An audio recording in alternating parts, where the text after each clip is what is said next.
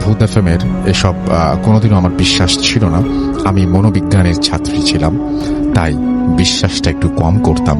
আমার বাসা উত্তরা। বাড়িটি যখন তৈরি করা হয় তখন তার নিচ থেকে মানুষের হাড় গোড় পাওয়া যায়।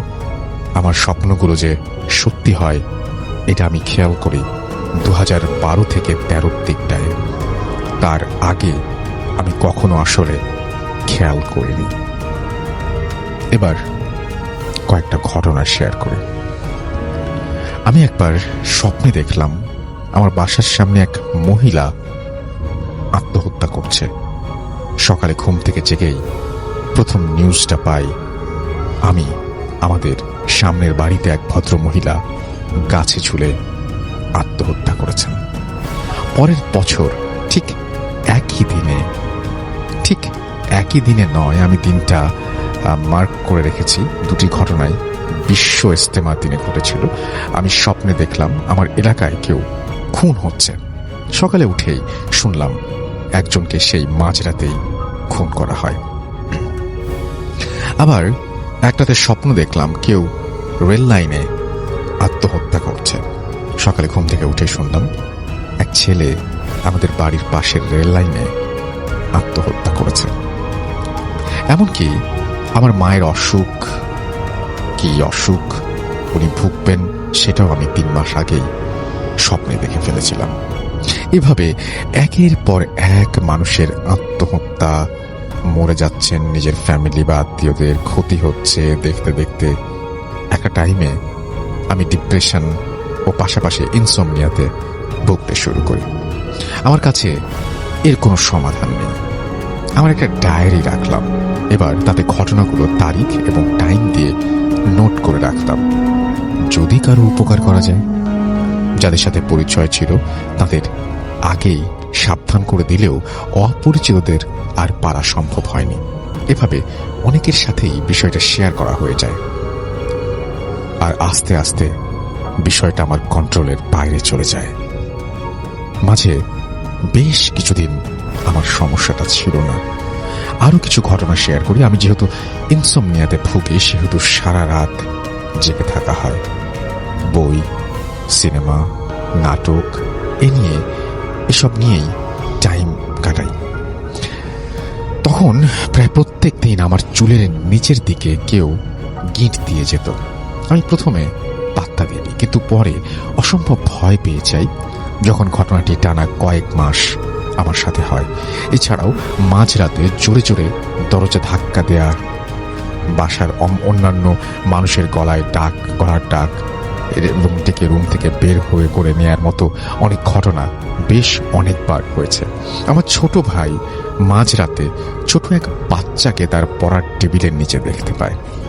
ওর কাছে ওই বাচ্চার বর্ণনা শুনে আমি অবাক হয়ে যাই। ঠিক এমনি একটা 3 বছর বয়সী বাচ্চাকে আমি প্রায় স্বপ্নে দেখি। আমার কাছে কিছু একটা চায়, সরাসরি দৌড়ে বেরোয় আর জিনিসটা খুঁজে বেড়ায়, এই এক স্বপ্ন আমি প্রায় দেখি। তার ব্যবহারের কিছু একটা জিনিস কি তাহলে আমার কাছে আছে? আমি অনেক খুঁজেছি, কারণ জিনিসটা একটা লকেট। তাই আপনার সেই ইমেইলের ঘটনাটি শুনে আমি খুবই ভয় পাই।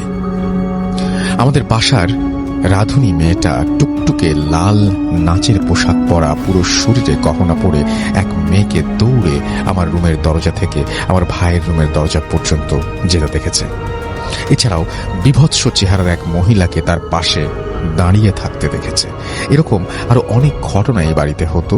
এখন হুজুর দিয়ে বাড়ি বন্ধ করা আছে, কিন্তু আমার স্বপ্ন আমার পিছু ছাড়েনি। এবার এটা শুরু হয় হ্যালুসিনেশনের মতো। এটা শুরু হয়।